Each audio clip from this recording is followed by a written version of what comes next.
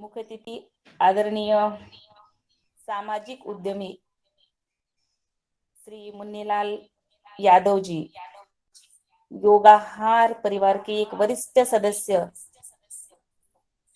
टीकमगढ़ मध्य प्रदेश से है, और इनके बारे में हम बताना चाहते हैं कि इन्होंने 2008 में निर्मल ग्राम राष्ट्रपति पुरस्कार से भारत सरकार से सम्मानित, नई दिल्ली से, और 2013 में स्वैच्छिक संगठन उत्कृष्ट समाज सेवी मध्य प्रदेश सरकार भोपाल से सम्मानित हुए हैं, और 2018 में रामजी महाराज पिछड़ा वर्ग राज्य सेवा पुरस्कार मध्य प्रदेश सरकार भोपाल से ही सम्मानित हुए ऐसे हमारे। और आज महात्मा ज्योतिबा फुले राज्य पुरस्कार जिला स्तर पर और अन्य सेवाएं जो उन्होंने कोरोना काल में विशेष सेवाएं दी है, गिलोय का काढ़ा वितरण और भारत स्वाभिमान नशा मुक्ति अभियान पिछड़ा वर्ग कल्याण विभाग, और इनमें बहुत अच्छी सेवा देने के कारण इनको कलेक्टर से भी ये सम्मानित हुए हैं। ऐसे हमारे आज के हमारे मुख्य अतिथि, प्यार से सभी इनको, और ये हमारे आदरणीय परमार्थ देव जी की लाडले ऐसे हमारे मुन्नीलाल भाई जी को हम आमंत्रित करते हैं योगाहार के भी।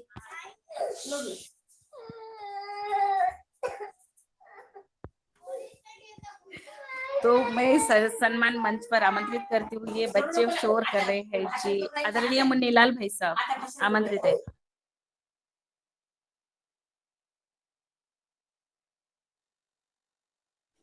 जी, सभी को सादर प्रणाम। और चूंकि कोई मैं चीफ गेस्ट का नाम वो दिया है, वो मैं खैर इसमें ऐसी कोई बात नहीं है, अपन तो इस युवा कार्यक्रम के एक साधारण सदस्य के नाते हम सब भाई बहन इसको जो चला रहे हैं, और इसकी जो हमारा दिनेश जी का और राजेंद्र जी का ऐसा निर्देश हुआ कि भाई जी आपको कल युवा कार्यक्रम में अपने जीवन के बारे में बताना है, तो मैंने कहा जैसा आप कहेंगे। क्योंकि युवा कार्यक्रम में हर सदस्य शैक्षिक रूप से हमारे लिए सम्मानित है, और उनका जो निर्देश प्राप्त होता है हम सब आपस में एक दूसरे को सहयोग करते हैं। तो मैं जैसा कि बहन रंजना जी ने बताया, ये तो ठीक है, परंतु मैं एक किसान, एक गांव का व्यक्ति, गरीब व्यक्ति उच्च स्तर तक पहुंच सकता है, ये प्रेरणा के लिए हम कुछ संवाद करेंगे। कोई बड़े शहर का व्यक्ति, कोई बड़े राजनीतिक परिवार का, या कोई बड़ा अधिकारी, प्रशासनिक अधिकारी का बेटा या परिवार का सदस्य ही उच्च पदों पर या उच्च पहुंचने का जो हम सब निरस्ता के साथ देखते हैं, या हमारे गांव के किसान, गरीब परिवार के बच्चे लोग ये देखते कि ये काम तो बड़े लोगों का है, ये काम तो नेताओं के बच्चे कर सकते हैं, अधिकारियों के बेटे जा सकते हैं, और हम निरस्ता के साथ अपने बारे में ध्यान करने लगते हैं। मेरा ऐसा निवेदन है कि ऐसा ना सोच करके, हम किसान हैं अगर, तो हम किसान का नंबर ईश्वर के बाद दूसरा नंबर आता है, अन्नदाता किसान कहलाते हैं। हम स्वाभिमान के साथ कहें कि हम किसान हैं। किसान कहने में और किसानी वेशभूषा पहनने में अपने आप को कमजोर ना समझे, ऐसा हमारा मानना है। हम किसानी करते हैं, इसलिए हम विश्व को, देश को पाल रहे हैं। हम पालन करता है, तो हम स्वाभिमान के साथ कहें हम किसानी करते हैं। लोग पूछते हैं, अगर कोई एक परिवार में कोई अधिकारी है तो अधिकारी का परिवार कोई ज्यादा इज्जत करते हैं, कोई नेता है, कोई जनप्रतिनिधि है, उसके परिवार की ज्यादा इज्जत करते हैं, और कोई किसान है तो उसके परिवार की लोग सोच कम इज्जत करते हैं। हम इसके विपरीत है। किसान अगर ना होता, अगर खेती नहीं होती, तो इस देश का पालन पोषण कौन कर सकता था। इसलिए प्यारे सदन में उपस्थित भाइयों बहनों, हमारा ऐसा निवेदन है कि हम जो भी हम किसान भाई हैं, हम गर्व से कहें कि हम किसान हैं और मेरे यहाँ किसानी होती है, मैं किसान का खेती करता हूँ। और इसके साथ साथ और एक बड़ा काम कि मैं प्राकृतिक जैविक खेती करता हूँ। ये बड़े गर्व की बात है। और जो प्राकृतिक जैविक खेती करते हैं वो वाकई में सच्चे किसान है और ईश्वर का दूसरा रूप है। किसानों का महत्व कम इसलिए हुआ है कि हमने अब केमिकल बहुत ज्यादा डालना शुरू कर दिया है। हम जब अपनी फसल में केमिकल जहर डालेंगे तो कहीं ना कहीं हम समाज को जहर दे रहे हैं। तो हमारे जो अन्नदाता किसान को विधाता का रूप कहा गया है, भगवान का रूप भगवान ने कहा है, अब हम वहाँ माइनस में जा रहे हैं। इसलिए मैं निवेदन करता हूँ हाथ जोड़ करके कि हम सभी किसान भाई, हम अन्नदाता किसान विधाता का रूप अपना हृदय बनाए और हम प्राकृतिक जैविक खेती करें। मैं व्यक्तिगत अपने रूप में बारे में बताना चाहता हूँ, वो इसलिए कह रहा हूँ कि मैंने अनुभव किया है। मेरी उम्र अभी 53 साल हो गई है और मैं शुरू से ही, जब से मैंने होश संभाला है, बचपन से अपने पिताजी के साथ खेती किसानी की है। मैं एक गरीब गांव के परिवार से, मेरे पिताजी बैलगाड़ी से मजदूरी करते थे, भाड़ा करते थे इस शहर से उस शहर। जो व्यापारियों का माल होता था वो बैलगाड़ियों से ले जाते थे। पहले इतने ट्रक नहीं चलते थे, ना लोडिंग गाड़ियां चलती थी। पहले बैलगाड़ी से ही माल इधर इस शहर से उस शहर में जाता था, वो हमारे पिताजी करते थे। खेती करना, और उस समय कुआं से पानी निकालना, राहट से निकाला जाता। बैल को राहट में लगा देते थे और उसको बैल के साथ राहट को हाँकना पड़ता था। राहट को जब हाँकते थे, जब बैल चलता था, और वो पानी जो है उससे जो चद्दरों की और मिट्टी के जो एक बर्तन होते थे, घड़ियां जिसको घड़ी बोलते हैं, उसमें से कुएं से पानी ऊपर आता है, वो बाहर आता है और वो फिर खेत में जाता है। तो दो व्यक्तियों का काम रहता था, एक का राहट हाँकना और एक का पानी भराना, पानी खेत में ले जाना। तो ये काम हमने किया है, स्वयं हमने राहट हाँका है। और एक कुएं में 4-5 लोगों का जो साझेदारी होती थी, तो उसमें दिन बांट लेते थे कि सोमवार मंगलवार को ये रात चलाएंगे, मंगलवार बुधवार को ये, और ऐसे हफ्ते में पूरा चक्र बना करके। तो जिस दिन हमारा नंबर आता था कुआं में रात चलाने का, उस दिन हमारे पिताजी कम से कम 3 बजे उठ करके 4 बजे रात चला देते थे और दोपहर 12 बजे तक पूरा कुआं खाली कर देते थे। हमने रात हाँका है। रात हाँक करके फिर खेतों में उस समय कोई डीएपी और यूरिया हमने नहीं देखा है। हमें जो ध्यान है, उस समय कोई राख टाइप का एक कोई खाद चला था, वो डालते हुए हमने देखा है। और उसके पहले हम क्या करते थे कि अपने गाय का गोबर खेतों में पूरे डाल देते थे। पूरे खेतों में हमने गाय का गोबर डाला है, तो गाय का गोबर डाल करके और फिर हमने उसमें फसल बोई है। और फसल भी इतनी अच्छी होती थी, फसल अच्छी होती थी। उस फसल को हमने खेत को जोता है, फसल काटी है, थ्रेसिंग की है। थ्रेसिंग उस समय नहीं होती थी। बैलों को 5-7 बैलों को एक खलिहान में एक रस्से में बांध करके उसको गेरों गेर हाँका जाता था, उसको दाएं कहते थे। उस फसल की दाएं होती थी, वो दाएं हमने की है। बड़े बड़े ढेर लग जाते थे फसल के, और उस पर बैलों को चढ़ा देते थे और उसको गेरो गेर घुमा घुमा करके उसका जो है पूरा दाएं हो करके दिन भर चलती थी। और उसमें एक और लाभ ये था कि हम जब दाएं लेते थे तो हमें कई बैलों की जरूरत होती थी।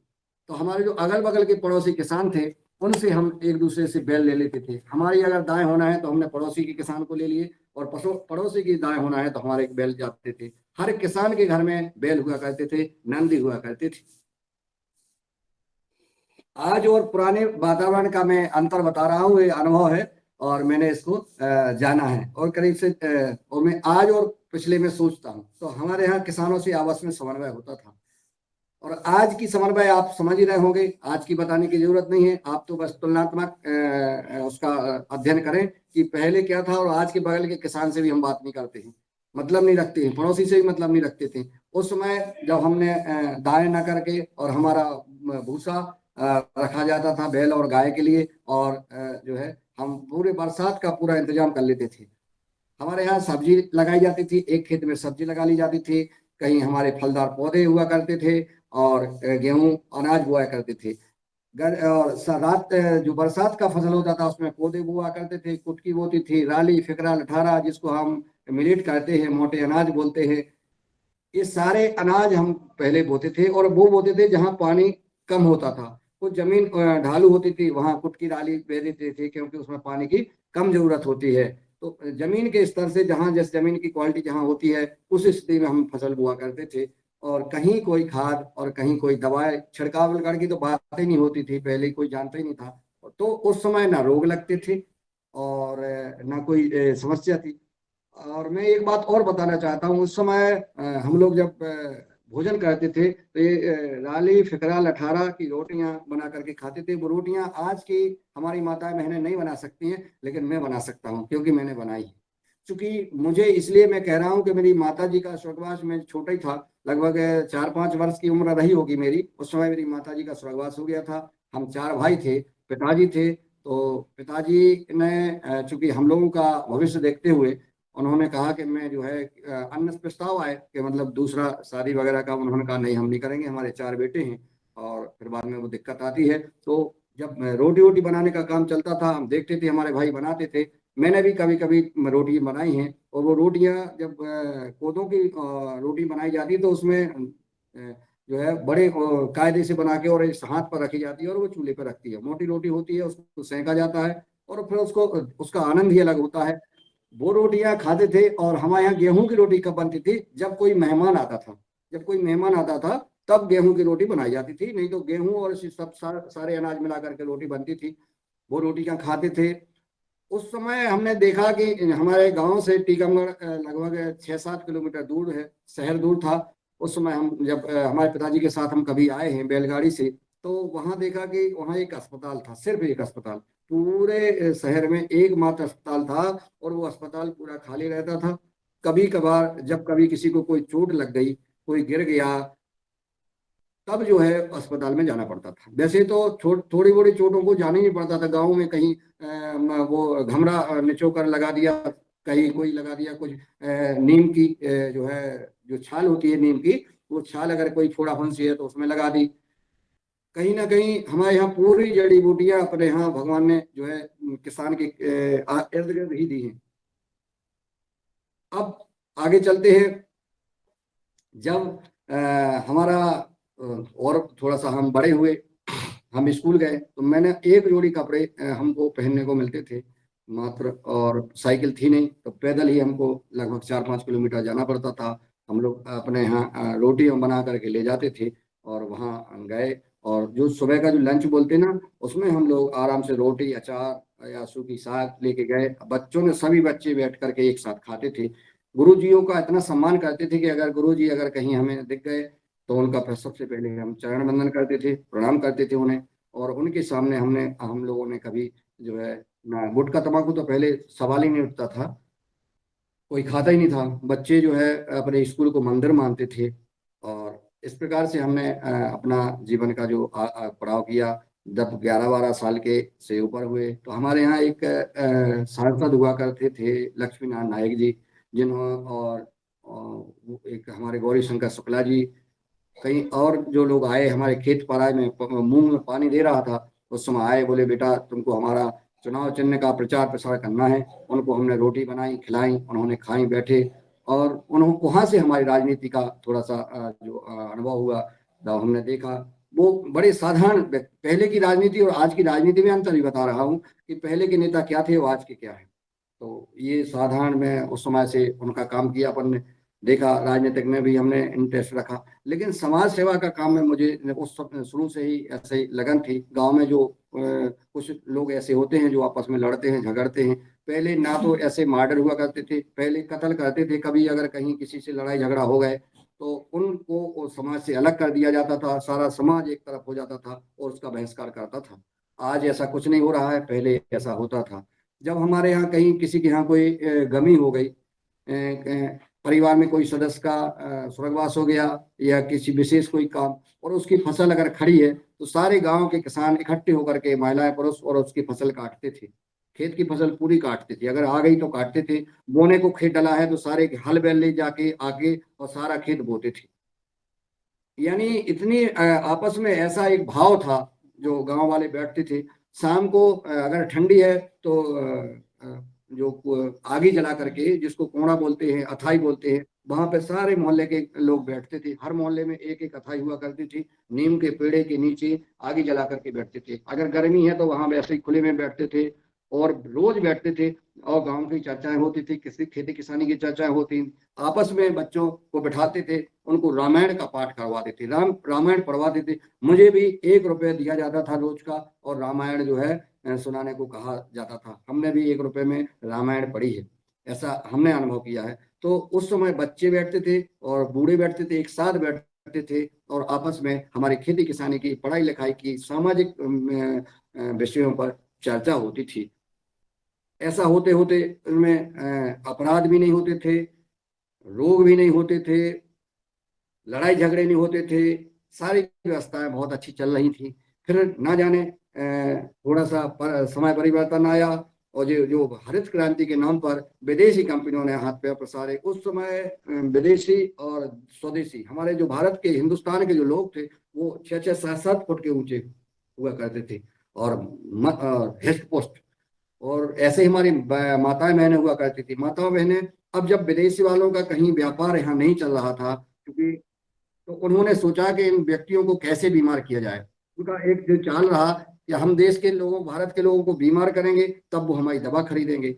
बीमार करने के लिए क्या उपाय किया जाए, तो उन्होंने सबसे पहले कृषि पर जो है घात किया, कृषि पर जो है प्रहार किया, और अधिक उपज के लिए उन्होंने डीएपी, यूरिया और तमाम जो पेस्टिसाइड हैं, केमिकल हैं, इनके प्रयोग करने के लिए किसानों को आकर्षित किया। किसान आकर्षित नहीं हुए, उनको रिजल्ट दिखाने का काम किया। उनके खेत में कहीं रात में यूरिया डाल दिया, कहीं फिर डाल दिया, कुछ ऐसा कर करके किसानों को आकर्षित किया, लेकिन उसका लाभ बताया, हानि बिल्कुल नहीं बताई। और किसान उसकी हानि को नहीं समझा, क्योंकि बताई नहीं गई और उनको मालूम ही नहीं था।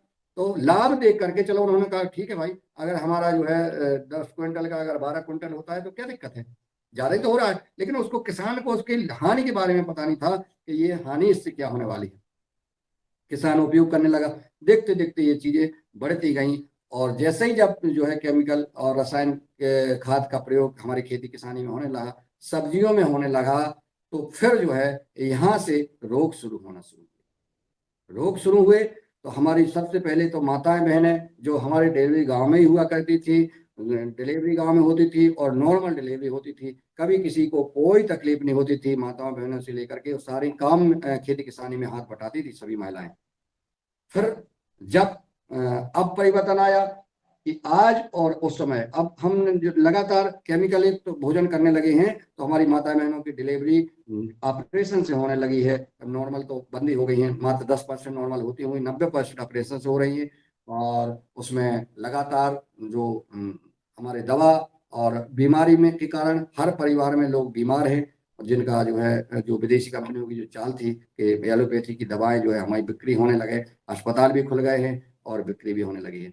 मैंने जब अपना गेहूं खेती किसानी का काम किया, बैल हाके, बैलगाड़ी, और फिर थोड़ा और आगे बढ़े तो मैंने अपनी पढ़ाई लिखाई की। पढ़ाई लिखाई करने के बाद हम जब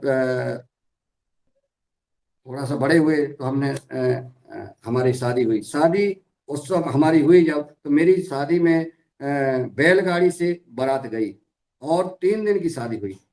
3 दिन, एक दिन बारात का जाना, और बारातों में बैलगाड़ियां 10-10, 20-20 बैलगाड़ियां जो है जाती थी, और सभी बैलगाड़ी से शादी में जाते थे। और वहां पर 3 दिन लगभग रुकते थे। एक दिन बारात का जाना, दूसरे दिन चढ़ाव चढ़ना, फिर तीसरे दिन विदा होना, ये सब बातें हुई, वो हमने देखा। और इसके बाद जब और आगे समय बढ़ा, तो आज और उस समय में, आज 24 घंटे में क्या 12 घंटे में शादियां होती हैं। और शादियों में डीजे जो तेज गति से बजाए जाते, तीव्र ध्वनि से बजाए जाते हैं, वो हमारे कानों पर, हमारे हृदय पर आघात करते हैं। कई बार हमने देखा है कि डांस करते करते व्यक्तियों का हार्ट अटैक हुआ। ऐसा आप लोगों ने हमने सबने देखा है। उसका कारण है कि जो डीजे वगैरह बहुत तेज उसमें बजाए जाते हैं, इसका दुष्प्रभाव है। हाँ, अनावश्यक रूप से जो पर्यावरण को दूषित किया जा रहा है। भोजन में रात में हम छाछ भी ले रहे हैं, दही ले रहे हैं, मीठा भी ले रहे हैं, और भोजन कर रहे हैं 3-4 बजे सुबह, 2 बजे रात्रि में। ये जो है जो प्रक्रियाएं हैं ये गलत है। और जो अब आज की शादी में सिर्फ कैमरा चलने लगे हैं, एक एक शादी में 10-10 कैमरा चलते हैं। वो लड़के दुल्हन से कहता है इधर मुंह करो, दूल्हे से कहता है इधर करो, ऐसा करो वैसा करो, पूरा वही चलता रहता है। कोई विधि विधान से हमारी शादियां नहीं हो पा रही, ना समय से हो पाती हैं, जिसका दुष्प्रभाव हम सबको देखने को मिल रहा है। और चूंकि मेरा संघर्ष बहुत रहा है गांव में, जब कुछ आताताई लोग होते थे वो उपद्रव करते थे, उसका हमने हमेशा विरोध किया है। चूंकि मेरा परिवार बड़ा था, लोग हमसे इतना परिवार से डरते थे, तो हम पर अटैक ना करके गांव के लोगों को करते थे, उसका हमने सहयोग किया, विरोध किया। शुरू से ही हमने अन्याय का विरोध किया। हमारे मन में ऐसा था कि गलत का हम विरोध करेंगे, और आज भी करते हैं।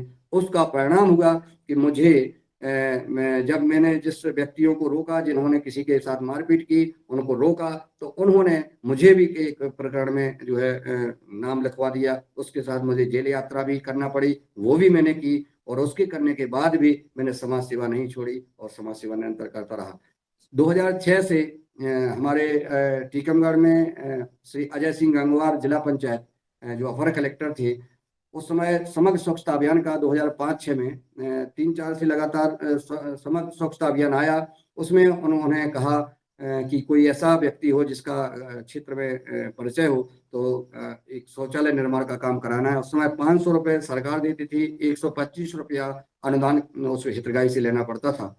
तो चूंकि उस समय हमने समग्र स्वच्छता अभियान का काम किया और एक प्रेरक के रूप में हमने काम किया। उस समय हमारे जो अपर कलेक्टर श्री गंगवार साहब थे, उन्होंने कहा यादव जी एक एनजीओ बना लो। मैं उस समय एनजीओ नहीं जानता था। 2006 में उन्होंने कहा, और 2009 में हमने एक एनजीओ का गठन किया। उसके माध्यम से फिर जो है 600 650 के बाद 1200 रुपये का एक शौचालय बना। उस समय हमने 5000 शौचालय बनवाए, गांव गांव जाके शौचालय बनवाए। उसमें प्रेरक के रूप में काम किया। प्रशासन के साथ मध्य प्रदेश सरकार के साथ मीटिंगें की, अपना अपना अनुभव शेयर किया। और करते करते हमने जो है अपने सागर संभाग में, मध्य प्रदेश में एक सागर संभाग में 3 निर्मल ग्राम पंचायतों का गठन किया। उसमें राष्ट्रपति महामहिम प्रतिभा पाटिल जी के द्वारा जो है निर्मल ग्राम पुरस्कार से हमारी 3 ग्राम पंचायतों को सम्मानित किया गया। उसमें कलेक्टर साहब ने मुझे भी सम्मानित किया कि आपका प्रेरणा से ही यह निर्मल ग्राम पुरस्कार हम लोगों को सबको प्राप्त हो रहा है। और इसके बाद नशा मुक्ति अभियान और मध्य प्रदेश जन अभियान परिषद के माध्यम से हमने जो है उत्कृष्ट जिला में अच्छे काम करने का माननीय शिवराज सिंह चौहान जी ने सम्मानित किया। और अब जब सामाजिक संगठन में भी हमने जो है सहभागिता की। जो पिछड़ा वर्ग के बच्चे हैं, अनुसूचित जाति जनजाति के बच्चे, समाज के लोग जो कुरीतियों में अधिकतर ढकेले जाते हैं, पढ़ाई का ध्यान नहीं देते हैं, और वह वही से कहते हैं कि ये हमारा काम नहीं, हम तो गरीब है, या हम पिछड़े हैं, या हम हरिजन हैं, हम आदिवासी हैं, हमारा काम ये नहीं है। इनके बीच में जाकर के भी हमने काम किया। उसमें मध्य प्रदेश सरकार में हमारे आदरणीय शिवराज सिंह चौहान जी ने रामजी महाजन पुरस्कार से सम्मानित किया था। और जो महात्मा ज्योतिबा फुले और अन्य विभिन्न प्रकार के जो है कोरोना काल में हमने नकल नहीं की। लोगों ने मास्क बांटे, लोगों ने खाद्य पदार्थ बांटा, वो हमने नहीं किया। हमने परम पूज्य स्वामी जी से प्रेरणा लेकर के परम सिद्ध आचार्य जी लगातार जो कहते थे, हमने गिलोय का काढ़ा बनाने की विधि बताई। गिलोय पूरे शहर में बांटी, गिलोय ले जा करके अपना मास्क लगाया, हाथों में हाथ पोछ लगाए और गए, और उनको गिलोय से ही घंटी बजाई, उनको बुलाया और उनको दे दिया। इस प्रकार से गिलोय का वितरण हमने किया। उससे सरकार प्रशासन प्रभावित हुई। हमने जब परम पूज्य स्वामी जी ने यह है जो है इंडिया न्यूज टीवी चैनल पर कोरोना से जंग स्वामी रामदेव जी के संग ये कार्यक्रम चलाया, प्रतिदिन देखा, वो आज तक देखता हूँ, उसको शेयर भी करता हूँ। तो उसको से प्रेरणा लेकर के मुझे लगा कि क्यों ना ऐसे कार्यक्रम कराए जाए। माननीय शिवराज सिंह चौहान जी के लिए हमने ट्वीट पर लिखा कि हमारे जो कोरोना से प्रभावित भाई हैं, वो अस्पताल में उनकी मौत हो रही है, लेकिन अगर उनको उनके घर पर ही हमारा योग और आयुर्वेद और गिलोय का काढ़ा ये कोरोना दिया जाए तो उनको बचाया जा सकता है। आदरणीय शिवराज सिंह चौहान जी ने जो है निरोग योग से निरोग कार्यक्रम का संचालन कराया, और पूरे मध्य प्रदेश में लगभग उन्होंने कहा भी, जब पतंजलि पीठ में आए थे तो उन्होंने कहा था कि हमने पतंजलि परिवार की वजह से 2.5 लाख लोगों की जीवन की रक्षा कर पाई है। और योग से निरोग कार्यक्रम जब संचालित किया, हम सब ने ऑनलाइन योग कराया। सभी योग से प्रभावित भाई बहनों का नंबर हम लोगों को मिल जाता था, और हम लोग उनसे संपर्क करके, और जिस प्रकार से आज हमारा योग देने के वह कार्यक्रम चल रहा है, इसी प्रकार से हम जो है लिंक के माध्यम से उनको योग कराते थे। तब से जो है ऐसे मन में आ रहा था कि क्यों ना हम ऐसा एक कार्यक्रम संचालित करें। तो ये कार्यक्रम का जैसे ही आदरणीय पवन कुमार जी सर के नेतृत्व में, उनके मार्गदर्शन में एक वेबिनार का आयोजन किया गया। उसमें आदरणीय विवेक बेनीपुरी जी थे, और हमारे जब मध्य प्रदेश के कोऑर्डिनेटर अमित जी थे। उस समय यह प्रस्ताव आया कि किसानों को हम इस कार्यक्रम में कैसे सहभागी अधिक से अधिक बनाया जाए, किसान पूरे समय इस कार्यक्रम में रुकें, प्रशिक्षण में जो हमारा प्रशिक्षण होता है। उस समय हमने सुझाव दिया था, और आदरणीय हमारे पवन कुमार जी और आदरणीय विवेक बेनीपुरी जी ने इस हमारे एक छोटे से सुझाव को स्वीकार किया। और जब स्वीकार किया तो उन्होंने कहा कि कैसे जो है इसको हम कर सकते हैं, आप हमें ये आप बताएंगे क्या। तो मेरी उस समय समझ में नहीं आया। मैंने कहा हाँ, योग के बारे में बताऊंगा। तो मैंने उसमें अष्टांग योग के बारे में वैसे बताया, तो आदरणीय विवेक बेनीपुरी जी ने कहा कि बताने से नहीं, आप करके दिखाइए। आदरणीय पवन जी ने कहा कि हाँ, अगर आप करके दिखाते हैं तो हम एक क्लास लगा सकते हैं कि हम किसानों को सुबह से योग कराएं। तो फिर हमने शुरुआत की, और 2 मई वो दिन हमें आज याद है कि 2 मई को योग कराया गया, और योग करके दिखाया। और जब करके दिखाया, उसी समय हमारे आदरणीय विवेक बेनीपुरी जी और आदरणीय पवन कुमार जी ने कहा कि ये योग क्लास अपन रोज संचालित कर सकते हैं, आप करिए। उस समय से जो है शुरू हो गई। और जब से ये क्लास जो आज दैनिक युवा कार्यक्रम बना, पहले योग क्लास थी, योग क्लास चलती रही, और बस चलते चलते इसमें जैसा चूंकि ये स्वैच्छिक कार्यक्रम है, इसमें आदरणीय पवन जी का प्रस्ताव आया कि इसको हम योग, जब हम आहार खेती की चर्चा करते हैं तो हम आहार की चर्चा कर रहे हैं, तो इसका नाम योग आहार हो जाए। तो ऐसा प्रस्ताव सदन में आया, और योग क्लास से योग आहार कार्यक्रम बन गया। तो मैं धन्यवाद तो देना चाहूंगा इस कार्यक्रम का आदरणीय विवेक बेनीपुरी जी और आदरणीय पवन कुमार जी को। और हमारे जो इस कार्यक्रम से शुरू से जुड़े मुकेश मालवीय जी, रमेश चंद मेहरा जी, और फिर इसके बाद रंजना जी जुड़ती गई, और सारे लोग जुड़ते गए। और जो आदरणीय भुवनेश्वर राय जी, डॉक्टर किशोर दुबे जी, रवि आदित्य जी, कुलदीप पुनियाल जी, आदरणीय विनोद भट्ट जी, रघुवीर सिंह रावत जी, जो पुराने हमारे जो वैज्ञानिक जो हमेशा जुड़े रहे, ओमकार नाथ जी हैं जैसे, और विभिन्न जो सभी लोग जो बिहार से, चाहे महाराष्ट्र से हों, चाहे मध्य प्रदेश से हों, चाहे उत्तराखंड से हों, पंजाब से, हरियाणा, चंडीगढ़, सभी राज्यों के लगभग 19 राज्यों से हमारे सभी भाई बहन जुड़ते थे, और जुड़ करके इस योग कार्यक्रम को आज चला रहे हैं, और जैसा आज चलता आ रहा है, और इसी प्रकार का चलता रहे। मेरी तो बस यही शुभकामनाएं और मेरा निवेदन है, क्योंकि करने से एक बात और मैं कहना रहा हूँ कि हमारा उद्देश्य है कि किसका काम है ये काम किसका है कि ये समाज को गलत जगह से रोकना, गलत होने से रोकना, अन्याय का विरोध करना, ये काम हमारा भी बनता है, और हमारा फर्ज बनता है, हमारे महान पुरुषों का फर्ज बनता है। जो महान पुरुष अच्छा काम करेंगे, समाज को दिशा देंगे। मैंने तो ये भी कहा है कि भाई किसी कोई संत समाज, हमारे गुरु जिस घर में जाते हैं, उस घर में देखें कि इसमें कोई गुटखा तंबाकू खाता है, कोई शराब पीता है, कोई मांस खाता है, कोई गलत काम करता है, तो उसको वहां से रोकना चाहिए। और वह अगर वहां रोकेंगे तो वो परिवार सुधर जाएगा, तो उसका जीवन बन जाएगा। मैं तो चाहता हूं कि अब जैसे जो हमारी भागवतें होती है, कथा होती हैं, और कई बार हमारे सदन में भी प्रस्ताव आए हैं कि हमारी प्रसाद की थाली जैविक हो, हमारे भागवत कथाओं में, प्रवचनों में जैविक खेती, प्राकृतिक खेती की चर्चा हो, भारतीय शिक्षा और संस्कृति की चर्चा हो। ऐसा भी प्रस्ताव हमारा निवेदन है कि ऐसा हो, प्रस्ताव आए, और आ रहे हैं। हमारे दैनिक युवा कार्यक्रम में विभिन्न महत्वपूर्ण मुद्दों पर चर्चा हो रही है, और इस चर्चा को हमें जन जन तक पहुंचाना है, इस जन आंदोलन को आगे बढ़ाना है। और मेरा तो यही अनुभव था, तो मैंने आप लोगों के साथ शेयर किया। बाकी मैं अपनी वाणी को यहीं विराम दे रहा हूं। और चूंकि कहने को तो बहुत कुछ रहता है, क्योंकि अनुभव की बात अलग होती है, और लिखी हुई बात पढ़ के सुनाना अलग होती है।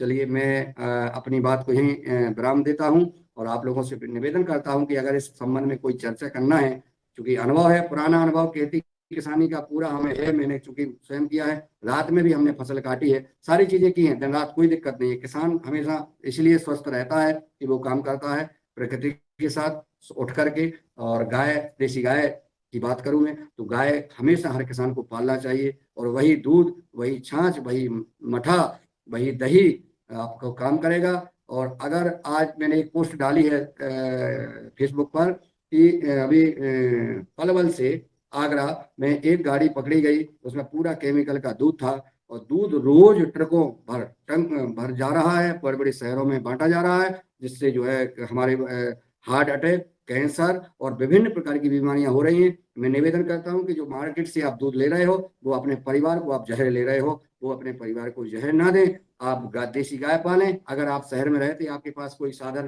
रहने के लिए नहीं है, रखने के लिए गाय, तो आपके यहाँ जो दूध लाता है, जो सब्जी लाता है, उसको आप एक गाय खरीदवा दें और उसको कहें कि आप हमें दूध देते रहना। आप उसको गाय लेके दे दें, वो सेवा करेगा, आधा दूध वो लेगा, आधा दूध आपको देगा। लेकिन आपके जीवन से बड़ा कोई और महत्वपूर्ण बात पैसा नहीं है। और आप जिसके लिए कर रहे हैं, अपने बच्चों के लिए कर रहे हैं, अपने परिवार के लिए जो इतना संसाधन जोड़ रहे हैं, जो संपत्ति जोड़ रहे हो, वो ऐसी कैसी धरी रह जाएगी, क्या काम की? वो बच्चे, वो हमारा परिवार, अगर किसी को हार्ट अटैक आ गया, कैंसर आ गया, हम देख रहे हैं लगातार ऐसी घटनाएं हो रही हैं। इसलिए मैं निवेदन करता हूं कि देसी गाय घर में पालें, सब्जियां अपने घर में लगाएं या किसी के यहाँ लगवाएं, और वो सब्जी और दूध और अनाज, दलहन तिलहन, जो तेल की फसल है, जो दालों की फसल है, और जो अनाज खाने का है, इन तीनों चीजों को आप प्राकृतिक जैविक खेती के माध्यम से ही उगवाएं। अगर आपके पास जमीन नहीं है तो अन्य किसी के यहाँ उगवाएं, लेकिन जरूर करें। और इतना आपको संभालना पड़ेगा,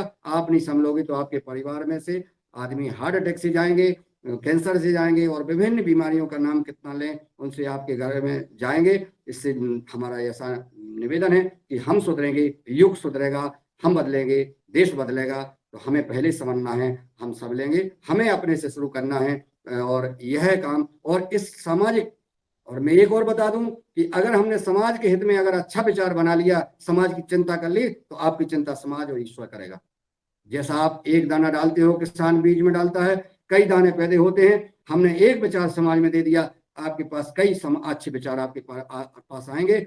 आप स्वस्थ रहेंगे अगर आपने समाज के स्वस्थ के लिए सोच लिया, आपने समाज का भला करने के लिए सोच लिया, तो आपका भला निश्चित होगा, इसमें कोई रोकने वाला नहीं है। ईश्वर की ऐसी नियम है कि आप जैसा कहें करेंगे और वैसे ही कई गुना पाएंगे। इसलिए सबका हो, सबका भला हो, सबका कल्याण हो, इस भाव से हमें काम करना है। आप हमेशा स्वस्थ रहेंगे और मस्त रहेंगे, व्यस्त रहेंगे, हंसते रहेंगे, मुस्कुराते रहेंगे। जय हिंद, जय भारत, जय जवान, जय किसान, वंदे मातरम। ओम।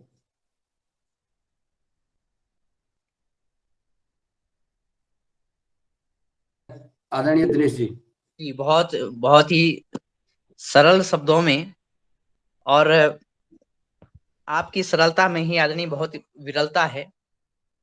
कई पक्ष ऐसे हैं जो आपने सरल शब्दों में छुपा दिए हैं, और लेकिन मैं ये मानता हूं कि आपका जो चरित्र है भगवान रामचरित से मेल खाता है। जब भी देखा कि आप गांव में, गलियों में और अलग-अलग जिलों में जाकर के अपने कार्य के प्रति और अपने कार्य को आगे बढ़ा रहे हैं, और बहुत बार ये देखने को मिला कि परिवारजन घर में बीमार हैं, उनकी सेवा शुश्रूषा करने के तुरंत बाद आप निकल पड़े हैं अपने ध्येय पे, अपने लक्ष्य पे। और कल ही जब मैं आपसे बात कर रहा था, तो मुझे लगा कि आपकी आवाज थोड़ा अ, सामान्य नहीं लग रही है। तो तब पता चला कि परसों रात भर आप सोए नहीं, और जो भाभी जी हैं वो अस्वस्थ थी, तो हॉस्पिटल जाना पड़ा, उसके बाद आई। लेकिन आश्चर्य तब हुआ जब सुबह भी आप उपस्थित रहे, और सुबह का पूरा कार्यक्रम के पश्चात अपने दिन की जो दिनचर्या है उसके बाद आ, दिन दिन में आप आराम करने को हुए, तो मैंने आपको हाँ, फोन लगा दिया। तो ये दिन और प्रतिदिन आपके एक क्रियाकलाप हैं और यही एक जनसेवक, एक सामाजिक उद्यमी और एक सामाजिक प्रतिनिधित्व करने वाले व्यक्तित्व के विराट गुण हैं, जो इसको वर्णन नहीं किया जा सकता। और जब भी आपके बारे में आपके आस-पड़ोस या अन्य लोगों से बात करते हैं, तो कई प्रेरणा देने वाली बातें सामने आती हैं। अ, मैं आदरणीय सदन के सदस्यों तक पहुँचूँ, उससे पहले 2 पंक्तियाँ आपकी सरलता पे कहता हूँ और इसमें कुछ नाम आए हैं, मैं उन सभी नामों के आगे श्री और सम्मान करता हूँ, क्योंकि शब्दों के आगे मैंने श्री और जो अन्य शब्द हैं वो नहीं लगाए हैं, लेकिन सभी को श्री माना जाए, वो हमारे सभी आदरणीय हैं। और इस सरलता के भाव को हम सभी अंगीकार करें, ये आपके जीवन से हम सीखते हैं। ये कोई मुख्य अतिथि के रूप में आपकी अ, वार्ता नहीं थी, क्योंकि आज 674वाँ दिन है और 674वें दिन को पहुँचने से पहले आपने जो रचनात्मक सोच आपके पास आई है, जो प्रेरणा आई है, ये भगवान की ही कृपा हो सकती है। बहुत ब बड़ी प्रकृति की कृपा है और इस धरती माँ की ही कृपा है कि आपने ऐसे सोचा और ये प्रस्ताव आगे बढ़ाया और ये प्रस्ताव जिन महानुभावों ने स्वीकार किया, ये भी भगवान की ही प्रेरणा रही है। वरना तब तो कुछ भी जब कुछ नहीं था, जब कुछ नहीं दिख रहा हो, तो तब एक कोई ईश्वर का ही इंजीनियर ऐसी बात सोच सकता है कि सरल होना बहुत कठिन है, जैसे अपने मुन्नी लाल। सरल होना बहुत कठिन है, जैसे अपने मुन्नी लाल। महामिलन की नींव सजा दी और जन मन जोड़े योगाहार। वास्तव में योगाहार की जब महिमा गाई जाएगी, तो हमारा देश का जो दृश्य होगा बहुत ही सुखमय होगा और तब हम ये बात करेंगे भविष्य में कि महामिलन की नींव सजा दी, जनमन जोड़े योगाहार। रामचरित को गांव गांव में जाकर के प्रसार किया, गरीब नारायण की सेवा करके प्रसन्न हुए हैं मुन्नी लाल। रीति से कुरीति से समाज को बचाते, विश्व से कलुष से अन्न को उभारते। ज्योतिबा शिवराज के ज्योतिबा शिवराज के ऋषि राम देवराज के श्री पवन विनोद शरद किशोर सबके प्यारे मुन्नीलाल। श्री पवन विनोद शरद किशोर सबके प्यारे मुन्नीलाल। सरल होना बहुत कठिन है, जैसे अपने मुन्नीलाल। आदरणीय आप की सदा जय हो और आपकी जय होना इसलिए भी आवश्यक है कि जैसे अभी स्थिति परिस्थिति है, वो बहुत ही भयावह है। जिस कलुष जिस विष को हमारे खेतों में हमारे भोजन में पाया गया है, वो जितना हम सोच सकते हैं उससे भी कहीं कठिन है और इस पर जीत का एक धनुष आपने तैयार किया है, उसका नाम योगाहार है। और इन्हीं शब्दों के साथ मैं सबसे पहले तो पहुंचता हूँ। बहुत सारे हैंड रेज हैं और सबसे पहले क्योंकि जो नींव योगाहार की रखी है, आप संयुक्त रूप से आदरणीय पवन सर जी ने और आपने मिल करके, तो मैं सीधे पतंजलि योगपीठ पहुंचता हूं और उनके बाद आप सबके सामने फिर से हम हाजिर होंगे। आदरणीय पवन सर जी, आज की वार्ता पर आपके वचन।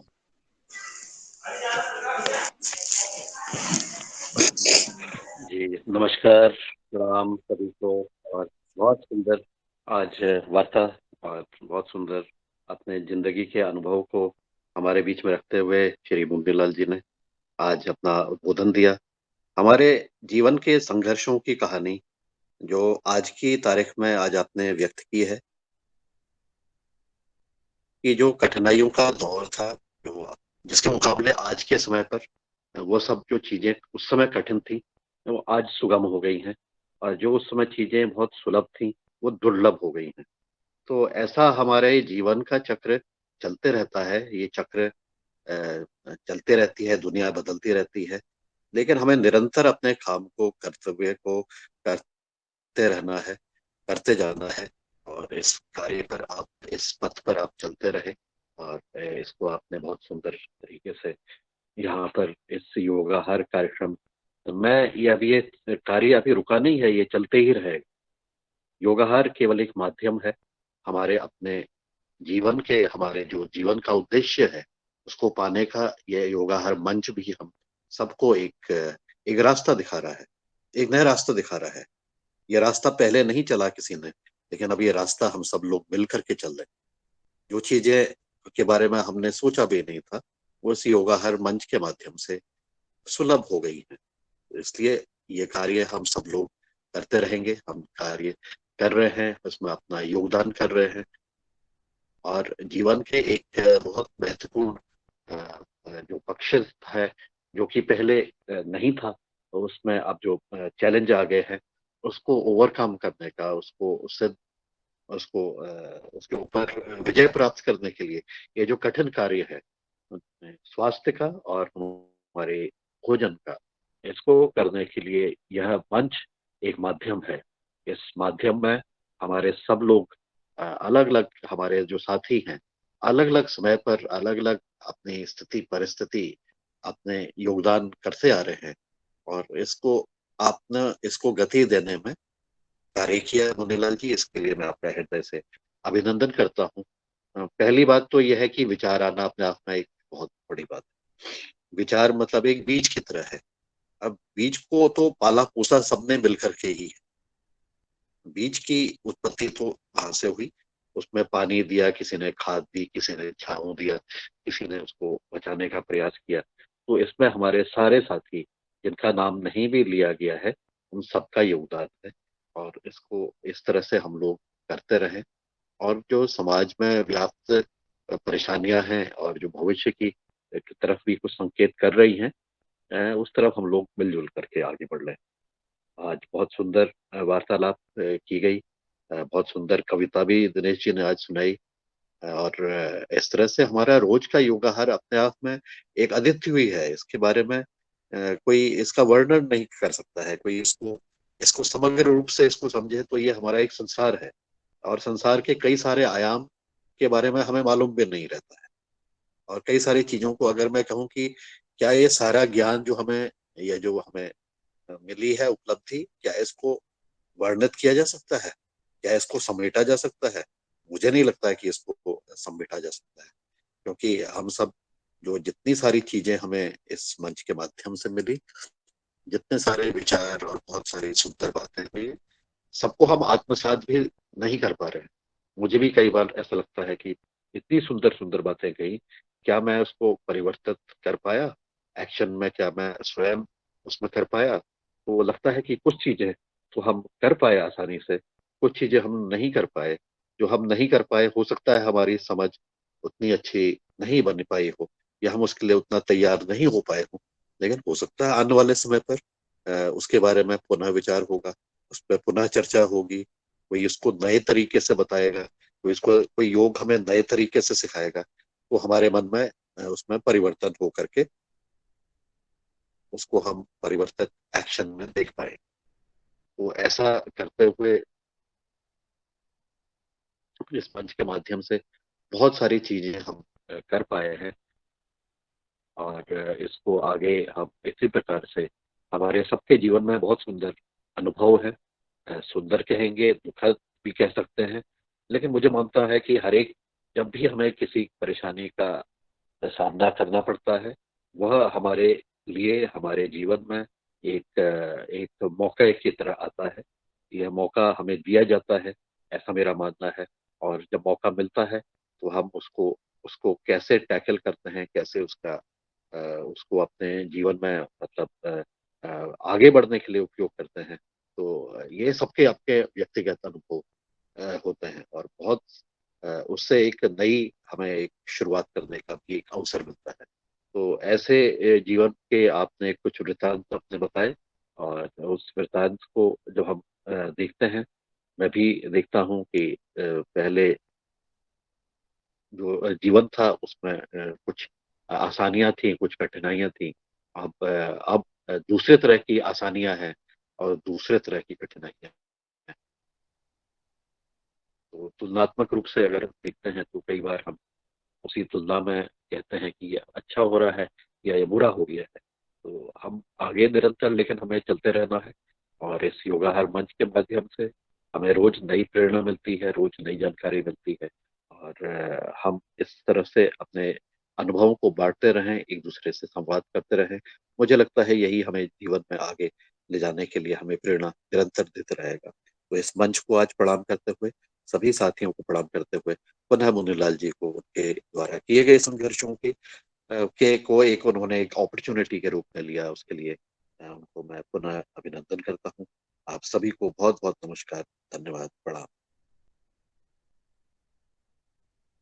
जी, बहुत बहुत धन्यवाद आदरणीय। और आपने कहा कि योगाहार का मंच एक रास्ता है जो हमारे भविष्य को तय करता है। वास्तव में बहुत सारी बातें हैं जो योगाहार अपने में संग्रह करता है और आगे का रास्ता दिखाता है। ये बात बहुत ही सरल शब्दों में आपने कही है। और स्वास्थ्य और भोजन के संघर्ष को विजय की पथ पर आगे बढ़ाने का ये मंच जो आप सभी आदरणीय सदस्यों के द्वारा आगे बढ़ रहा है, उस भावना को भी प्रणाम करते हुए आगे श्री आदरणीय गजानन जी के का हाथ रेस था। जी, आदरणीय गजानन जी।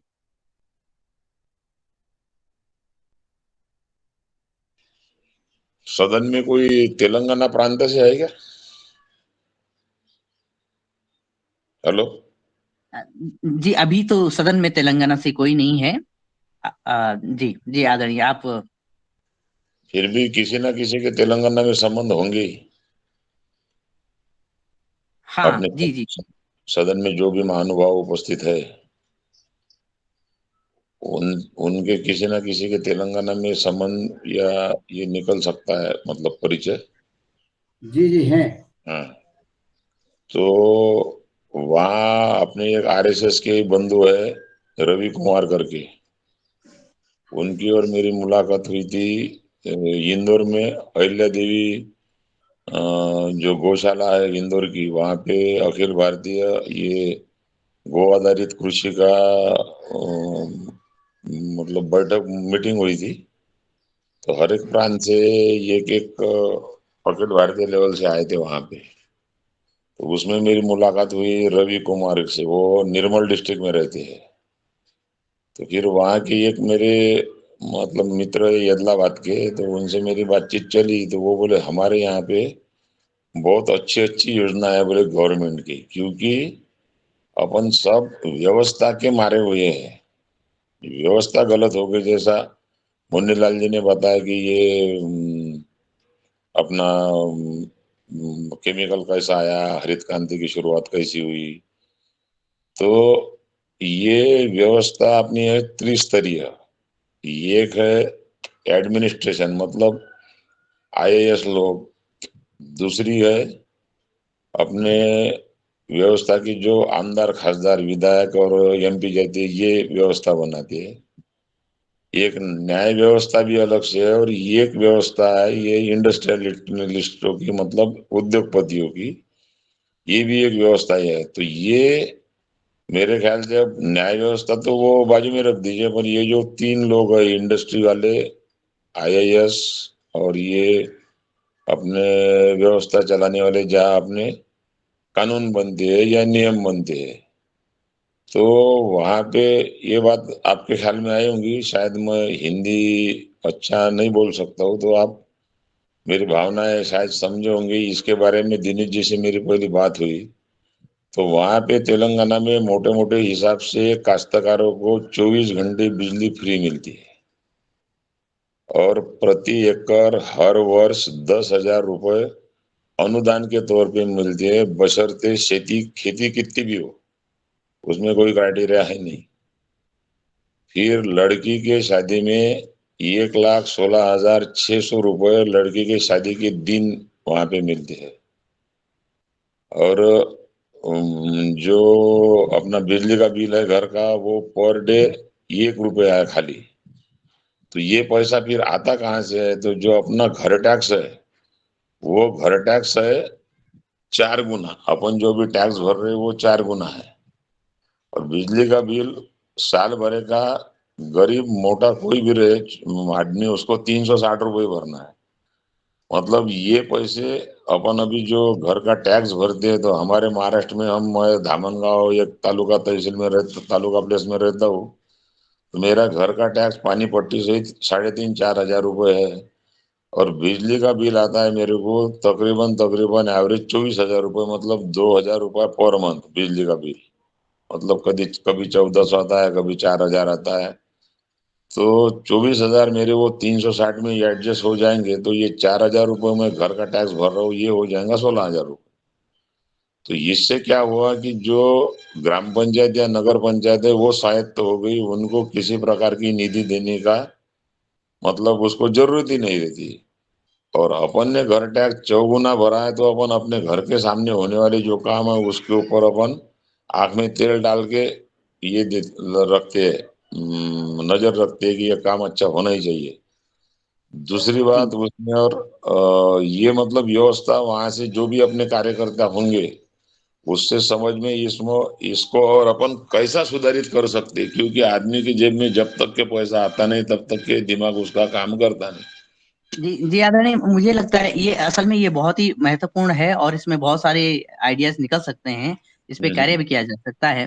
तो आपको जल्दी ही होली के बाद इस विषय पे सादर आमंत्रित करेंगे, क्योंकि इस पे तो चर्चा भी होगी और इस पे प्रश्न उत्तर भी हो सकते हैं। तो अभी आपसे निवेदन है कि हम होली के बाद इस विषय पे आपको आमंत्रित और करेंगे। और साथ में दूसरी क्योंकि बहुत सारे हैंड रेज भी हो रहे हैं और समय का भी थोड़ा अभाव है, फिर तो फिर 2 मिनट जी में ये चीज क्लियर करना चाहता हूँ, ये खेती के लिए। खेती में अगर अपन ने ये ऑर्गेनिक कार्बन जो बढ़ाना है, तो अभी मैंने यहाँ पे बल्लारशाह के आजू बाजू में देखा, ये लकड़े का कोयला बनाते हैं यहाँ पे लोग, और वो कोयला बिकता है। तो उसकी जो डस्ट रहती, वो डस्ट अगर खेती में डाली गई तो झट ऑर्गेनिक कार्बन बढ़ के उत्पाद भी कई गुना बढ़ जाता है। जिनके यहाँ मैं गया था, लखन सिंह चंदेल के यहाँ, उनके उनका वो कोयले का कारोबार है, तो वो जो डस्ट बचती है वो जाती अगरबत्ती वालों को।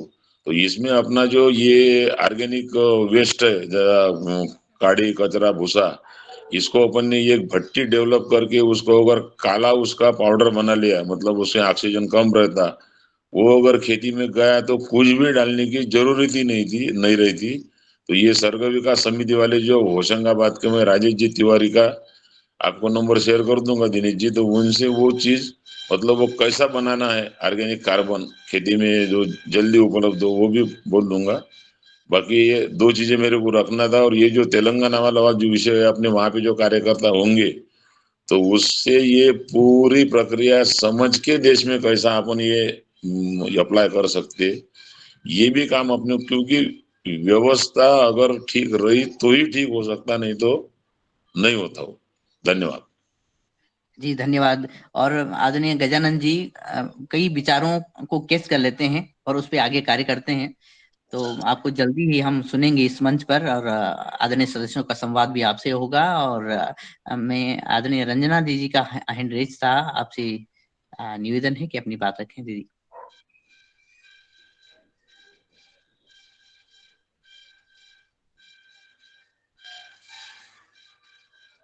और आदरणीय रंजना दीदी तक पहुंचे या आवाज पहुंचे तो उनसे पहले आदरणीय भुवनेश्वर राय जी का हाथ शुरुआत में ही रेज हो गया था। तो जी आप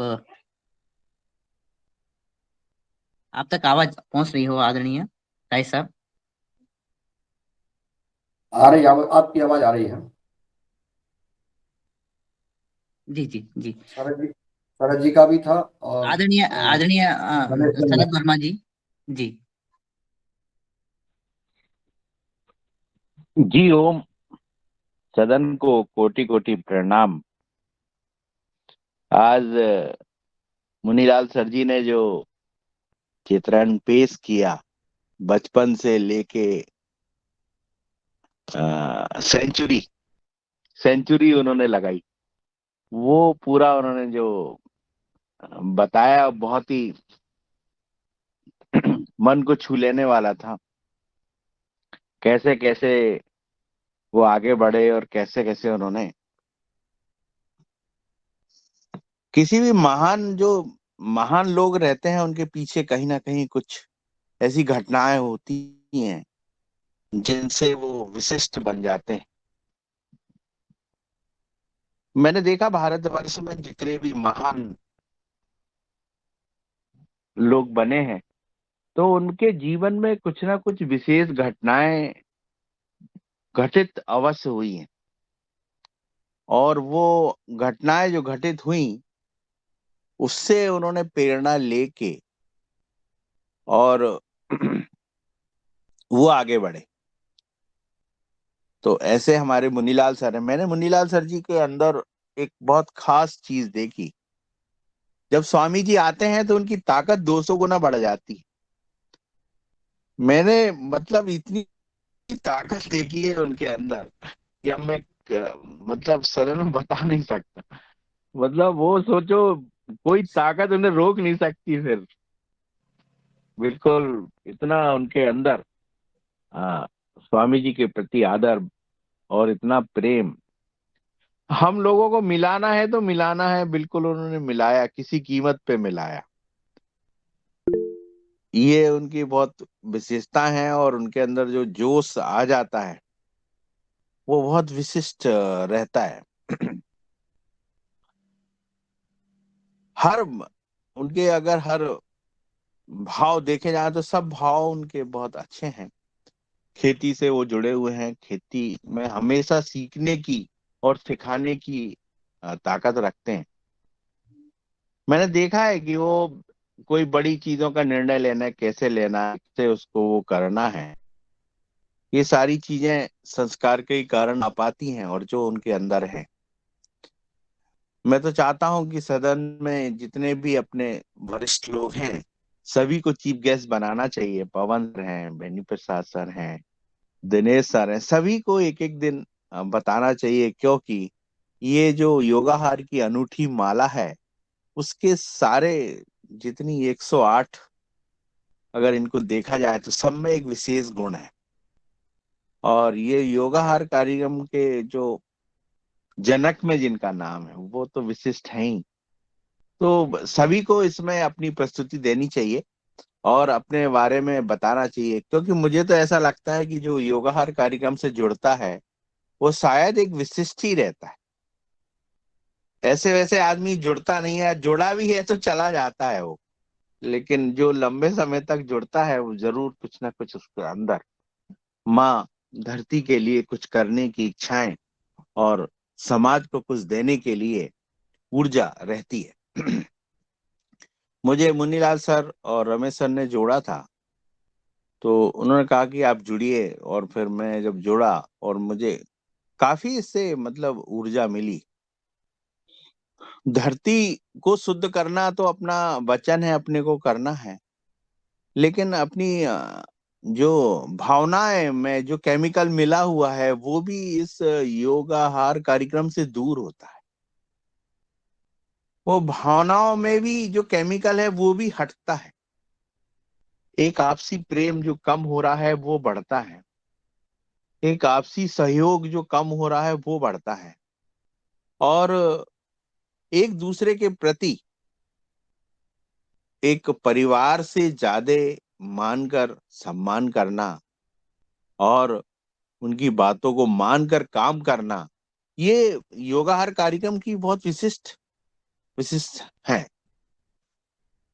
कुछ दिन में ऐसा लगता है कि जैसे महाभारत और रामायण पढ़ी जाती थी, वैसे ये योगाहार कार्यक्रम जो संग्रहित हो रहा है पतंजलि में, उसे आगे आने वाली पीढ़ियां इसको पढ़ेंगी और बहुत कुछ खेती में, बहुत कुछ अपने संस्कार में बहुत संस्कार पाएंगे। तो मैं बहुत बहुत मुनीलाल सर को बहुत धन्यवाद देना चाहता हूँ इस मंच के माध्यम से और अपने द्वारा, कि उन्होंने बहुत अच्छा हम लोगों को जोड़ा और वो वैसी ही ऊर्जा हमें दिखाते रहें। और जो परम पूज्य गुरु जी के साथ जो ऊर्जा हमें देखने को कभी कभी मिल जाती है, वो हमेशा हमें दिखाते रहे।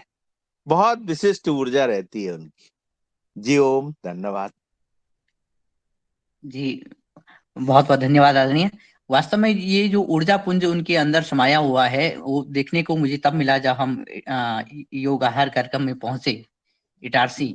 और बहुत रात हो चुकी थी। हमारे सदस्यगण पहुंचने वाला, कुछ लोग पहुंचने वाले थे। आदरणीय भाई साहब को खूब नींद के झोंके आ रहे थे, लेकिन उसी में वो दौड़ रहे थे। तब वो उससे पहले अधिकतर उनका जो शॉर्ट फॉर्म है ML यादव, तो मैंने तब ये सोच लिया कि इनके नाम के साथ MLA तो लगाना ही चाहिए, क्योंकि असल में वो प्रतिनिधित्व का और समर्पण का जो उनकी जो ऊर्जा समाये हुए हैं वही ये कार्य कराता है। और हमें मान ही नहीं लेना चाहिए, बल्कि हमने ऐसे व्यक्तियों को इस ऐसे मंच से आगे बढ़ाना बहुत जरूरी है, क्योंकि ये आने वाले समय में ये प्रतिनिधियों की टकसाल भी घोषित होगी, ये युगशाला, ये योगाहार। तो इन्हीं शब्दों के साथ मैं आदरणीय रामकृष्ण जी भाई साहब के पास पहुंचता हूँ। जी एक मिनट और ले रहा हूँ सर, मैं 1 मिनट। अवश्य। जब अपने यहाँ इटारसी कार्यक्रम हुआ था तो परमात्मा जी आने का हुआ, और साहब जी के अंदर इतनी थकावट थी कि मुझसे बोले कि मैं अब आधे घंटे सर जी थोड़ा रेस्ट कर लूं, आज बहुत थक गया हूं, पूरा दिन मैं चला हूं और पूरा। तो मैंने कहा ठीक है आप आराम कर लीजिए। इतने में खबर आई कि परमात्मा जी आ रहे हैं। और जब परमात्मा जी आए तो मैंने देखा कि उनके अंदर उनकी नींद गायब हो चुकी थी और ऊर्जा आ गई, वो गेट के पास आ गए। और फिर मैंने एक इस सदन से छुपा के एक डंडे वाला कार्यक्रम जो बजाने का था वो रखा था। वो किसी को भी ज्ञात नहीं था कि ये वो था। वो 35-40 हमारे जो वो भी परिवारजन है हमारे, तो उन डंडे मैंने बुलाया। और जब वो परमात्मा जी का स्वागत किया, मैंने मतलब आप सोचिए मुन्नीलाल सर जी ऐसे थिरके कि जैसे मोर थिरकता है वैसे इतना नाचे। मैंने कहा भैया कहाँ गई थकावट। और रात को 12 बजे तक डांस ही करते रहे हो। जी ओम, जी ओम।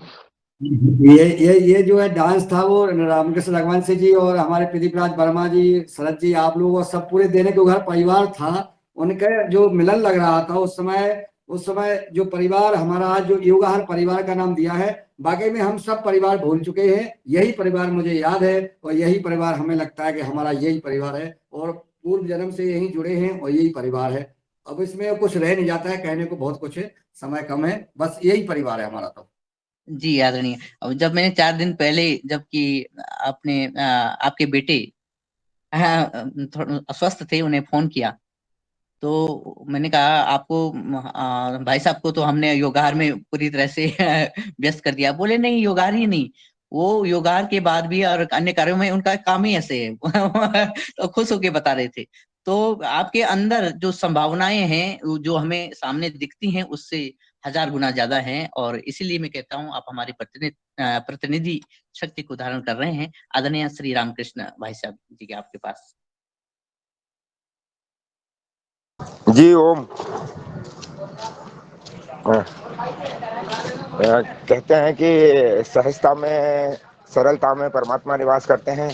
तो हमारे परम सम्माननीय परम आदरणीय गुरुदेव मुन्नीलाल सर ने के साथ जो मुझे महसूस हुआ, कुछ समय बीच में जब जुड़ने के बाद कुछ चीजें ऐसी आई कि जिनका कोई हल नहीं था हमारे पास, या वो समस्याएं थोड़ी हमारे लिए विकराल थी, लेकिन उन्होंने बड़े सहजता से, सरलता से उस चीज को कुछ सेकंडों में हल कर दिया। तो तब हमें एहसास हुआ कि अभी लीडरशिप क्वालिटी जो हमारे गुरुदेव में है वो तो अद्भुत है। और मेरे पास मेरे सारे शब्द शरद जी ने चुरा लिए, और फिर दूसरा जो मुझे कहना था वो दिनेश सर ने चुरा लिया। मेरे पास कहने के लिए कुछ है नहीं।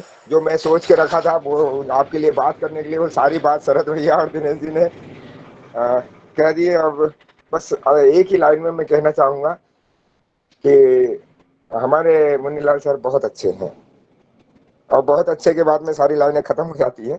तो हमेशा उनका हमें मार्गदर्शन मिलता रहा।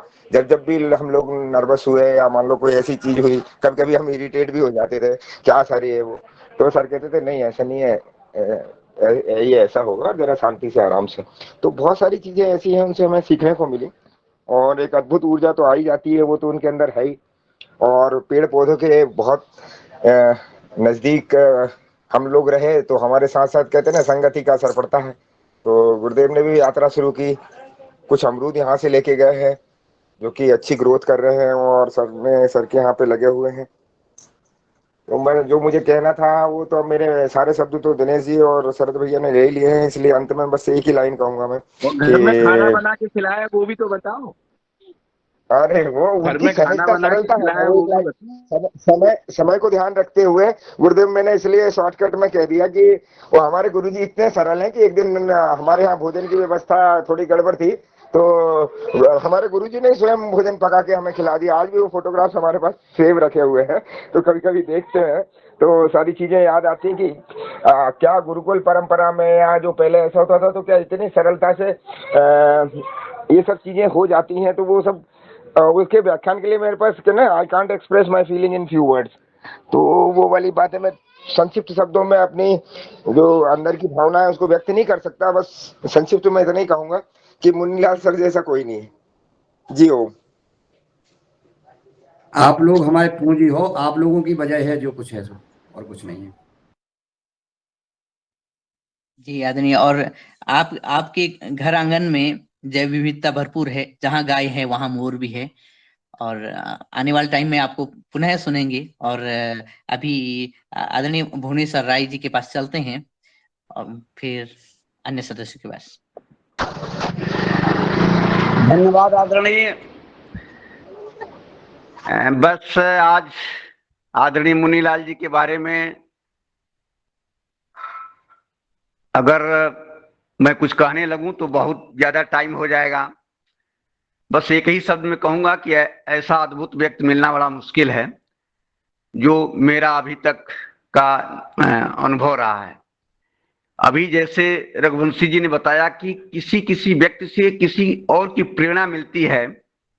आज मैं आपको बताऊं कि इस कार्यक्रम में कृष्ण कुमार जी संभवतः जुड़े हुए हैं, और वो योगाहार से कितने मतलब उनका कमिटमेंट है कि आज वो 5 बजे अपने घर से निकल करके, अभी जो रजिस्ट्रेशन चल रहा है जो ऑर्गेनिक ग्रोवर का, तो वो 5 बजे कहीं बगल में चले गए थे दूसरे गांव में, और 5 बजे मेरे पास फोन आ गया, और मैं अभी सो रहा था तो जग गया। फिर वो 2 रजिस्ट्रेशन हुआ, और उसके बाद वो कहे कि नहीं टाइम हो गया है, मैं चल रहा हूं।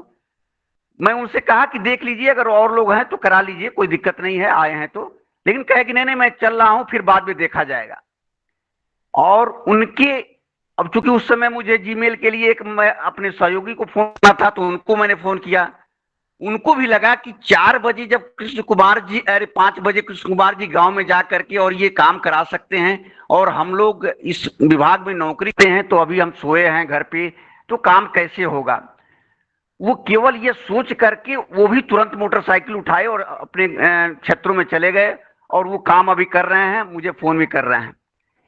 तो ये होता है कि किसी दूसरे से प्रेरणा लेना कितना वो है। बस इसी के साथ मैं अपनी वाणी को विराम दूंगा। ऐसे महानुभावों से हम लोग खुद सीखते हैं। आज मैं कृष्ण कुमार जी से बहुत कुछ सीखा हूं कि उनके बारे में आप लोगों को जानकारी होगा कि वो एक रिटायर्ड टीचर भी हैं, उनकी पत्नी भी टीचर हैं, उनके 3 बच्चियां हैं, वो भी सब वेल क्वालिफाइड हैं और बड़े पोस्ट पर हैं। उनके दामाद लोग बड़े पोस्ट पर हैं, उनके बच्चे पतोहू सब बड़े वेल क्वालिफाइड और उस पे हैं, पोस्ट पर हैं। केवल यही मियाँ बीवी 2 लोग घर पे रहते हैं, और ऐसे कंडीशन में भी ये समय निकाल करके और लोगों की सेवा में दिन रात अपना घूमते रहते हैं स्कूटी लेकर के। इस अवस्था में ऐसे लोगों को मेरा बहुत बहुत अभिनंदन।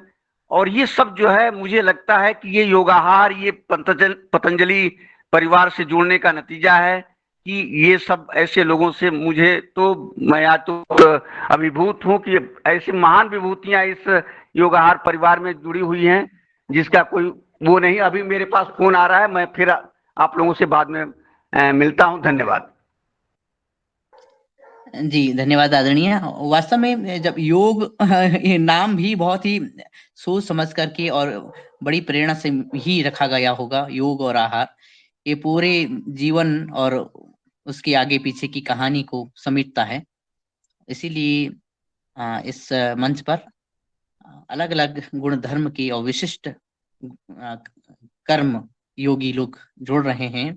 आपका बहुत-बहुत धन्यवाद। डॉक्टर किशोर दुबे जी, मेरी आवाज आप तक पहुंची। जी, आपका स्वागत सर। धन्यवाद दिनेश जी। आज मुन्नीलाल जी ने जो आत्मकथन रखा, तो जैसा शरद जी ने बोला कि भाई हर व्यक्ति को अपना जो आत्मकथन है वो रखने का मौका दिया तो निश्चित रूप से पता चल जाएगा। यही बात मेरे मन में थी। मुन्नीलाल जी ने जो कहा उसमें से तो 100% काम हमारे साथ भी हुए हैं, क्योंकि मुन्नीलाल जी से तो मैं बड़ा हूं, तो निश्चित रूप से उस जमाने के जो काम थे, ऐसे अनगिनत काम थे कि खटिया पे पेशेंट को भर बारिश में जचकी के लिए लेके जाना, उसमें भी मैं सम्मिलित था। ऐसे कई काम थे, कभी मौका मिला तो हम देख लेंगे, बता देंगे। मुन्नीलाल जी का जो वक्तव्य है, मैं यही बोलूंगा कि जिसके नाम में मुन्ना और मुन्नी होती है, हम मुन्ना और मुन्नी बोलते हैं तो निश्चित रूप से एक बचपना वाली बातें होती है। तो बचपना वाली बातें जो होती, तो उसका मन बहुत निर्मल होता है। इसका मन निर्मल होता है, उसे ही हम मुन्ना मुन्नी बोलते हैं। अरे मुन्ना इधर आ, अरे मुन्नी इधर आओ, ऐसा अपन बोलते हैं हर परिवार में। तो ऐसे निर्मल मन के मुन्नीलाल जी। और लाल किस में होता है? जो लाल नाम होता है ना, हमको तो 2-3 ही नाम सबको भारतीयों को पता है, एक देवीलाल, भजनलाल, तो ये सब राजनीति वाले होते हैं। तो वैसे ही योगाहार मंच पे मुन्नीलाल जी हमेशा के लिए सबको याद रहेंगे। मुन्नीलाल जी का जो एक रहन सहन है, तो निश्चित रूप से एक मुन्ने जैसी सरलता, और जो लाल जैसा आपने बोला है कि एमएलए एमएलसी वैसा होना ही चाहिए, तो निश्चित रूप से उनका जो कोऑर्डिनेशन है, संलग्नता करने का एक तरीका है, चाहे फिर वो सोशल फोरम के लोग हो, पतंजलि फोरम के लोग हो, राजनीति वाले लोग हो, इनको जोड़ने का जो तरीका है, वो जोड़ने का तरीका बहुत अच्छा है, उनका नेटवर्क अच्छा है। मैं एक छोटी सी बात सिर्फ मुन्नीलाल जी को इस अवसर पर बोलूंगा। ये मुन्नीलाल जी, आपके पास में दोनों चीजें हैं। एक तो जोड़ने का तरीका भी है, शासन के साथ में, पतंजलि के साथ में, समाज के कई वर्गों के साथ में। इसको सही दिशा में सिर्फ चले, नहीं तो क्या होता है, हमने कई बार अनुभव किया, जिनके पास में ऐसे स्किल्स होते हैं, वो दिशा में, योग्य दिशा में अगर नहीं गए तो फिर वो दूसरे दिशा में चले जाते हैं। खैर, आपके बारे में ऐसा होने की कोई यानी थोड़ी भी संभावना नहीं है, क्योंकि आप पतंजलि से जुड़े हुए हो और योगाहार से जुड़े हुए हैं। योगाहार के मंच पे आपको भी बहुत पता है, यहाँ तो एक से एक धुरंधर लोग हैं अपने अपने क्षेत्र के, और निश्चित रूप से वो अपनी अपनी बात रखते समय कंट्रोलिंग बोलो और जिसको एक दिशा देने का काम बोलो, पवन जी के नेतृत्व में करते हैं। तो निश्चित रूप से भटकने का बात ही नहीं है। लेकिन इसको कॉन्सेंट्रेटेड मायने में हम बोले कि एकदम योग्य दिशा लेके अगर अपन ये चले, तो आपके जरिए निश्चित रूप से परिवर्तन की जो बेला है, वो परिवर्तन की बेला जल्दी आ सकती है। इस दिशा में जन आंदोलन के तरीकों से क्यों न हो, समाज में परिवर्तन के माध्यम से क्यों न हो, आपका व्यक्तित्व इस काम में आए, और जो पतंजलि का सपना है, योगाहार का सपना है, वो सपना साकार करने में योगाहार परिवार हमेशा आपके साथ में रहेगा। इसी भावना के साथ में मैं मेरे वाणी को विराम करता हूँ। धन्यवाद। धन्यवाद आदरणीय डॉक्टर साहब, आपने अपने बड़े भाई का फर्ज अदा किया। ये मुझे बहुत खुशी हुई, और आपका मार्गदर्शन ऐसे ही मिलता रहे। धन्यवाद। बहुत ही जी आदरणीय आदरणीय प्रदीप राज वर्मा जी, आप बात रखते हैं जी। रमेश चंद्र जी का भी हैंड रेस है, उनको बुला लेना। सभी को जी। ओम। और आज कार्यक्रम जो सुना मैंने मुन्नीलाल जी के बारे में, बहुत कुछ तो पता ही था, आपस में, क्योंकि काफी 700 दिन लगभग हो गए हैं जुड़े हुए, तो 700 दिन में से 500 दिन तो उनके दर्शन हुए ही हुए हैं हमको। और उनकी जो कार्यशैली है वास्तव में अजीब, मतलब कहना चाहिए कि एक अनूठी कार्यशैली है, जिसके कारण हम छोड़ ही नहीं पाते हैं इस कार्यक्रम को। उनका हंसता हुआ चेहरा देखने के लिए हम इस कार्यक्रम से भी जुड़ जाते हैं। कभी कभी ऐसी इच्छा होती है कि सोए रहे मगर नहीं, हमें लगता है कि मुनीलाल जी यादव का हंसता हुआ चेहरा तो दिखेगा हमें, कम से कम तो उठें, हंसते हुए चेहरे से शुरुआत करें। और एक निवेदन और है मेरा मुनीलाल जी से कि अभी अपने 700 दिन हो गए और हमने अपने देश के नायाब लोगों को अपने कार्यक्रम में बुलाया है आपने, और उनके विचार सुने हैं, रखे हैं उन्होंने। अब इस उनके विचारों को छांट के, जैसे अभी मैं वहाँ गया था पतंजलि योगपीठ, तो वहाँ उन्होंने जो इंटीग्रेटेड पैथी करी है और एकदम फायदा हो जाता है ट्रीटमेंट का, तो इसी की तरह इंटीग्रेटेड खेती की एक किताब हमें ये अनुभव अपने को प्राप्त हुए हैं, उनके हिसाब से एक इंटीग्रेटेड किताब बना लेनी चाहिए, जो कि हमारे जैविक खेती में मील का पत्थर साबित होने जाएगी। क्योंकि इतने तरह के लोग आए हैं, इतनी तरह की बातें रखी गई हैं कि सबको याद रखना तो मुश्किल बात है, बहुत कुछ लिखी भी नहीं गई है। किंतु मुनीलाल साहब से, भैया से, साहब तो बोलना ठीक नहीं है, भैया बोलना अच्छा है, भैया से निवेदन करूंगा कि उसको लिपिबद्ध कराएं और प्रकाशित करवा के किसानों के बीच में उसको हम ले जाएंगे, और जैविक खेती और आहार के